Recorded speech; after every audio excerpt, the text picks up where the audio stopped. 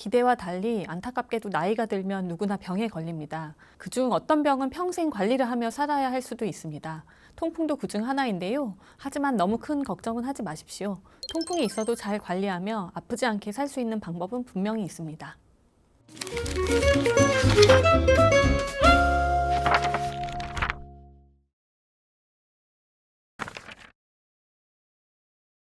인생의 후반기를 큰 고통 없이 보내는 것은 모든 사람들의 소망일 것입니다. 하지만 통풍에 걸리면 이제 꼼짝없이 평생 아픈 채로 살아야 하는구나 싶어 큰 두려움을 느끼시는 분들이 많습니다. 바람만 스쳐도 아프다는데 일상생활은 가능한가? 관절이 뒤틀린다던데 손발은 잘 쓸 수 있을까? 앞으로 평생 고기는 못 먹는 건가? 등등 많은 걱정도 하시는데요. 비록 통풍이 생기기 전으로 완벽히 돌아가는 것은 어려울지라도 평생 거의 통증을 느끼지 못하고 지내는 상태를 유지할 수 있습니다. 이를 관해라고 하는데요. 실제로 제게 찾아오시는 많은 통풍 환자분들이 이러한 상태를 유지하며 문제없이 일상을 누리고 계십니다. 오늘 제가 드리는 말씀을 잘 숙지하고 실천하시면 관해 상태를 유지하시는데 큰 도움을 받으실 수 있을 것입니다. 통풍을 이겨내기 위해서는 우선 이것이 어떤 병인지 알 필요가 있습니다. 통풍은 혈액 내 요산 농도가 높은 상태, 즉 고요산 혈증과 밀접히 관련되어 있는 병입니다. 요산은 핵산의 일종인 퓨린이 대사되어 만들어지는 최종 대사산물입니다. 요산은 혈액에 요산염의 형태로 녹아 있다가 소변으로 적절히 배출돼야 하는데 너무 많이 생성되거나 배설이 적게 되면 혈액 내 요산이 정상보다 높은 고요산 혈증 상태가 됩니다. 고요산 혈증은 국내 성인 약 13.5%가 가지고 있는 비교적 흔한 질환으로 피검사에서 요산 수치가 7mg/dL 이상으로 나오면 진단할 수 있습니다. 다만 고요산 혈증이라고 해서 모두가 치료가 필요한 것은 아닙니다. 증상이 없다면 굳이 치료하지 않고 생활습관 관리만 하셔도 괜찮습니다. 하지만 고요산 혈증 환자의 약 10에서 20%는 치료가 필요한 통풍으로 진행하게 됩니다. 요산 수치가 높을수록 또 고요산 혈증의 기간이 오래될수록 통풍으로 진행할 가능성은 커집니다. 한 연구에 따르면 요산 수치가 7에서 8.9 사이라면 연간 발병률이 1% 미만이지만 9 이상이라면 연간 발병률이 약 5%, 5년 누적 발병률은 약 25에서 30%에 달한다고 합니다. 또 여성보다는 남성에서 더 많이 발병하는데요. 여성 호르몬인 에스트로겐이 요산을 낮춰주는 효과가 있기 때문입니다. 단 여성도 폐경을 겪으면 에스트로겐 분비가 매우 저하되기 때문에 발병 위험이 남성 수준으로 높아집니다. 혈액 내 과포화된 요산은 더 이상 혈중에 녹지 못하고 바늘 모양의 요산 결정체로 변하고 이 요산 결정체가 관절에 침착되어 급성 염증과 통증을 일으키면 통풍이 발생했다고 하는데요. 대개는 어느 날 갑자기 자고 일어났는데 발가락, 발목, 무릎 등 하지 관절에 어마어마한 통증을 느끼게 됩니다. 이러한 단계를 급성 통풍 관절염, 통풍 발작 등으로 부르고 항염증 약제를 복용하면 1, 2주 안에 빠르게 호전됩니다. 하지만 급성 통풍 발작을 여러 차례 겪고 적절한 시점에 치료를 시작하지 않으면 만성 통풍으로 넘어갈 위험이 있습니다. 연구에 따르면 첫 급성 통풍 발작 이후 약 60에서 80%가 1, 2년 안에 재발을 경험하고 재발이 일어났는데도 불구하고 계속 치료를 받지 않으면 그중에서 약 30%가 5년 내 만성 통풍으로 진행한다고 합니다. 만성 통풍 단계에 접어들면 계속되는 관절염, 관절의 변형 및 파괴, 운동장애, 신장기능 저하, 요로 및 신장결석 등이 일어날 수 있어 관리가 다소 까다로워지고 심내혈관 질환, 당뇨병 등 생명을 위협하는 합병증의 위험 또한 높아집니다. 가급적 병이 여기까지 진행하지 않게 주의하셔야 할 필요가 있겠죠. 따라서 통풍 관리에는 크게 4가지 지켜야 할 관문이 있다고 볼 수 있습니다. 첫 번째, 고요산 혈증이 발생하지 않게 하는 것. 두 번째, 이미 고요산 혈증이 있다면 급성 통풍 발작이 일어나지 않게 하는 것. 세 번째, 급성 통풍 발작을 겪었다면 만성 통풍으로 진행하지 않게 하는 것. 네 번째, 이미 만성 통풍을 앓고 있다면 이를 잘 관리해 관절의 변형을 막고 합병증을 예방하는 것입니다. 지금부터 그 방법에 대해 상세히 말씀드리도록 하겠습니다. 앞서 고요산 혈증이 발생하는 원인으로는 어떤 이유로 인해 요산이 너무 많이 생성되거나 배설이 적게 되기 때문이라고 말씀드렸습니다. 요산이 너무 많이 생기는 이유로는 퓨린을 많이 함유한 식품, 예를 들어 내장류, 적색육, 등푸른 생선, 생선알 등을 과도하게 섭취하는 습관을 꼽을 수 있습니다. 지금 보시는 표는 우리가 자주 먹는 식품들 중 퓨린이 많이 함유된 것들을 정리한 것입니다. 요산 수치를 관리하시려면 이러한 식품들을 가급적 멀리 하시는 게 좋겠습니다. 너무 좋아하는 음식이라 꼭 먹고 싶은데 어떻게 방법이 없을까요? 라고 물어보시는 분들에게는 가급적 삶아서 드시거나 끓여서 국물은 드시지 말고 건더기만 드실 것을 권해드립니다. 퓨린은 수용성이라 삶거나 끓이면 재료에 있는 퓨린이 물에 녹아들기 때문입니다. 콩과 일부 채소도 퓨린을 많이 함유하고 있습니다. 하지만 이런 식품을 가급적 멀리하라고 말씀드리지 않는 이유는 이러한 식물성 단백질은 섭취해도 급성 통풍 발작 위험을 높이지 않는다는 연구 결과가 많이 있기 때문입니다. 특히 콩은 고요산 혈증 환자에게 있어서 안전하게 단백질을 섭취할 수 있는 중요한 식품입니다. 나이가 들면 근육이 점점 빠지기 때문에 단백질 섭취가 매우 중요합니다. 따라서 고기 섭취가 부담스러우신 분들은 콩이나 두부, 두유를 위주로 단백질을 섭취하실 것을 권합니다. 맥주도 안 좋다던데 표에서 빠져있네 라는 의문을 가지신 분들도 있을 것 같습니다. 맥주의 퓨린 함량은 종류에 따라 다르지만 100g당 약 8에서 14mg 정도에 불과합니다. 앞서 말씀드린 식품에 비해 굉장히 낮은 수치인데요. 그렇다고 안전한가 하면 그렇지 않습니다. 맥주에 함유된 알코올이 대사작용에 영향을 미쳐 요산 수치를 상승시키며 요산이 배설되는 것 또한 방해하기 때문입니다. 따라서 맥주만 위험한 게 아니라 모든 술이 위험합니다. 역시 이 표에는 없지만 요산 수치를 올릴 수 있는 위험한 식품이 하나 더 있습니다. 바로 과당입니다. 과당에는 퓨린이 거의 함유되어 있지 않지만 알코올과 마찬가지로 몸의 대사 과정에 영향을 미쳐 요산 수치를 올립니다. 과당은 과일, 과일 주스, 꿀, 단 음료, 과자 등에 많이 함유되어 있으니 이러한 식품들을 주의해서 섭취하셔야 합니다. 커피가 고요산 혈증 혹은 통풍에 좋은지 궁금해하시는 환자분들이 많습니다. 일부 연구에서 커피를 하루에 4-5잔 마시는 사람이 그렇지 않은 사람에 비해 통풍 발생률이 약 57% 정도 낮았다는 결과를 보이기도 했습니다.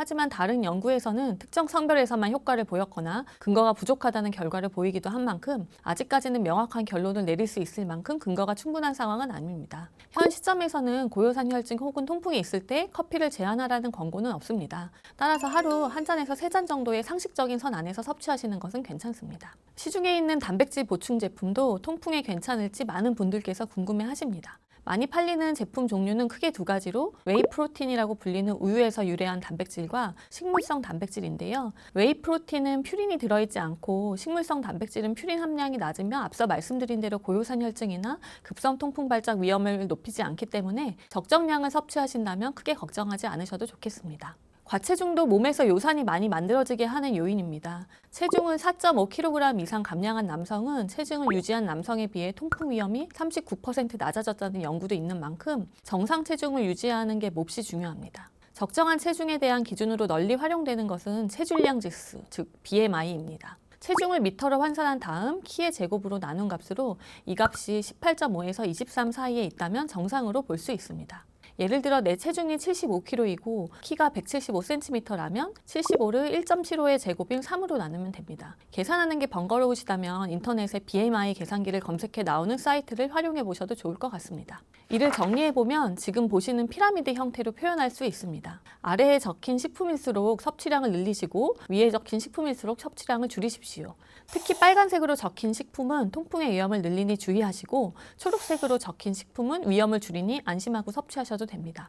요산이 잘 배설되지 않는 이유로는 신장 기능의 저하와 이뇨제, 아스피린 등의 약제 복용을 꼽을 수 있습니다. 나이가 들어 신장질환, 고혈압 등이 있으신 분들은 이뇨제를 복용하는 경우가 많아 고요산 혈증 상태에 놓일 확률이 더 높습니다. 다만 요산 수치 관리 때문에 꼭 먹어야 할 약들을 안 먹을 수는 없는 노릇입니다.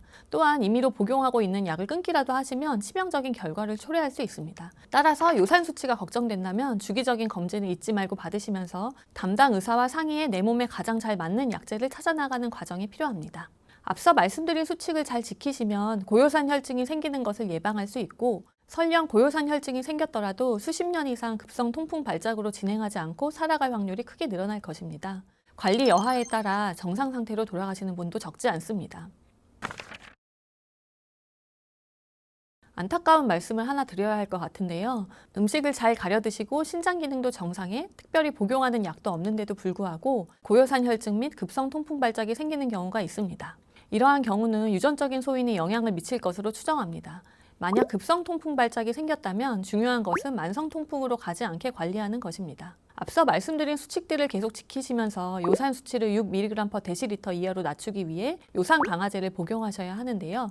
요산 강화제는 한번 투약을 시작하면 평생 복용하셔야 되는 약입니다. 평생 약을 먹어야 한다는 말을 좋아하실 분은 아무도 없을 것이라 생각합니다. 내성이나 의존이 생기지는 않을까, 부작용은 없을까 걱정도 되실 텐데요. 통풍약 중 요산 강화제로 한국에서 많이 쓰는 약은 알로피리놀, 페북소스타트 2가지인데 두 약 모두 내성과 의존이 생기지 않습니다. 부작용으로는 두 약 모두 간 수치 상승이 있을 수 있고 알로피리놀의 경우 드물지만 중증 피부 약물 이상 반응이 나타날 수 있습니다. 하지만 이 위험을 높일 수 있다고 알려진 유전자가 있는지 없는지 미리 검사하는 방법을 통해 부작용 발생을 최소화할 수 있습니다. 페북스 스타트는 과거에는 심혈관 질환을 높인다는 우려가 있었습니다. 하지만 최근 연구 결과에 따르면 알로피리놀 대비 안전성 문제가 없는 걸로 밝혀졌습니다. 이런저런 부작용을 말씀드렸지만 사실 부작용이 발생하는 일은 흔하진 않습니다. 많은 분들께서 문제없이 수십 년 이상 약을 잘 복용하고 계십니다. 그리고 낮은 확률로 문제가 생기더라도 약을 바꾸거나 용량을 줄이는 방법으로 다스릴 수 있으므로 큰 걱정은 하지 않으셔도 좋겠습니다. 요산 강화제와 관련해 제가 꼭 드리고 싶은 말씀이 하나 있는데요. 바로 약을 임의로 중단하시면 안 된다는 것입니다. 통풍약을 용법대로 잘 복용하는 비율이 매우 떨어진다는 것은 아주 잘 알려져 있는 사실입니다. 통풍은 매일같이 통증이 있는 게 아니라 간헐적으로 발작이 일어나는 병이기에 그렇습니다. 대부분의 환자분들께서 발작을 겪은 후 얼마간은 다시는 통증을 겪고 싶지 않은 마음에 약을 잘 드십니다. 그러다 시간이 지나 언제 통증이 있었나 싶을 무렵이 되면 별일 있겠나 싶은 생각에 약을 중단하시는 분들이 정말 많습니다. 하지만 이것은 매우 위험한 행동입니다. 요산 수치가 높아도 급성 통풍 발작이 찾아올 가능성이 높아지지만 요산 수치의 변동이 커도 급성 통풍 발작이 찾아올 수 있기 때문입니다. 급성 통풍 발작을 여러 차례 겪으면 만성 통풍으로 진행할 가능성이 높아진다고 앞서 말씀드린 바 있습니다. 따라서 만성 통풍을 예방하기 위해서는 아프지 않아도 약을 정해진 용법대로 꾸준히 잘 복용하시는 게 매우 중요합니다. 요산 강화제를 쓰면서 첫 3에서 6개월 정도는 급성 통풍 발작을 막아주는 약들, 예를 들면 코리친, 진통소염제, 저용량 스테로이드 등을 같이 쓰는 경우가 많은데요. 이 약을 쓰는 이유 또한 요산 수치가 떨어지고 안정화되는 과정에서 수치 변화로 인한 급성 통풍 발작이 여러 차례 생길 수 있기 때문입니다. 일부 환자분들께서는 약을 먹고 있음에도 불구하고 급성 통풍 발작이 오면 이를 약효가 없는 것으로 오해하셔서 약 복용을 멀리하시는 경우도 있으십니다. 하지만 앞서 말씀드린 대로 요산 수치가 변하면서 생기는 일이니 약을 임의로 중단하시면 안 되겠습니다. 통풍과 신장 기능은 밀접한 관련이 있기 때문에 나는 신장 기능이 나쁜데 약을 쓸 수 있나요? 라는 질문을 환자분들께서 많이 주십니다. 신장 기능이 많이 안 좋다면 약을 고용량을 쓰기 어렵고 약제의 선택도 제한적일 수밖에 없습니다. 이럴 땐 가능한 선 안에서 최대 용량으로 약을 써서 요산 수치를 조절합니다. 통풍 발작을 예방하는 약 또한 짧게 쓰고 끊는 것이 아니라 저용량으로 계속 같이 씁니다. 그것이 신장 기능이 저하된 분들에게는 통풍 예방 효과를 높이고 약으로 인한 부작용을 줄일 수 있는 방법이기 때문입니다. 말기 신부전이 되어 투석이나 이식을 받는다면 약 용량을 줄이거나 중단이 가능해지는 경우도 있습니다. 만약 X선 사진에서 관절 손상이 관찰되거나 토피라고 불리는 결절이 발생했다면 통풍이 만성으로 진행했다는 뜻입니다. 만성 통풍에서는 생활습관 관리와 약물 치료를 잘 유지하면서 통증, 통풍 결절, 합병증을 잘 관리하는 게 중요합니다. 통풍 발작이 시작됐다면 얼음찜질을 하면서 처방받았던 코리친, 진통소염제를 복용해 주십시오. 증상이 심하다면 가급적 빠른 시간 안에 병원에 방문해 스테로이드를 투약받는 것도 도움이 됩니다. 통풍 발작이 여러 차례 반복되면 통풍 결절로 인한 관절의 변형이 생길 수 있습니다. 다만 적정한 시기에 약물 치료를 미리 잘 받으시면 관절이 심하게 변형되어 그 기능을 못하게 하는 상황에 놓이게 되는 경우는 드뭅니다. 또한 약물 치료만으로도 관절 변형이 어느 정도 호전될 수 있습니다. 만약 변형 범위가 너무 광범위하다면 정형외과 전문의와 상의하에 수술을 해볼 수도 있습니다. 하지만 변형되기 이전의 상태로 완벽히 돌아가는 것은 매우 어려운 일입니다. 관절 변형을 막기 위한 최선의 방법은 약을 잘 복용해 이를 미연에 방지하는 것임을 잊지 말아 주십시오. 또한 통풍 환자는 신장병, 심내혈관 질환, 당뇨병 등 생명을 위협하는 합병증들이 동반될 가능성이 건강한 분들에 비해 높습니다. 하지만 각 질환을 다스릴 수 있는 생활습관 관리와 약물 치료를 잘 유지하시면 이러한 치명적인 합병증의 위험을 효과적으로 낮출 수 있습니다. 요로결석도 많이 발생하는 합병증 중 하나입니다. 만약 발생했다면 물을 많이 마셔 소변으로 결석을 배출시키려는 시도를 우선 해보십시오. 그래도 배출이 되지 않는다면 병원에 오셔서 적절한 조치를 받으셔야겠습니다. 만성 통풍이 있더라도 앞서 말씀드린 방법대로 잘 관리하시면 병으로 인한 고통을 최소화할 수 있으니 너무 두려워하실 필요 없습니다. 통풍은 충분히 관리할 수 있는 병입니다. 빨리 관리를 시작하면 평생 증상이 없이 지낼 수도 있는 만큼 의료진과 상의하에 잘 치료를 받으시기 바랍니다. 시청해주셔서 감사합니다.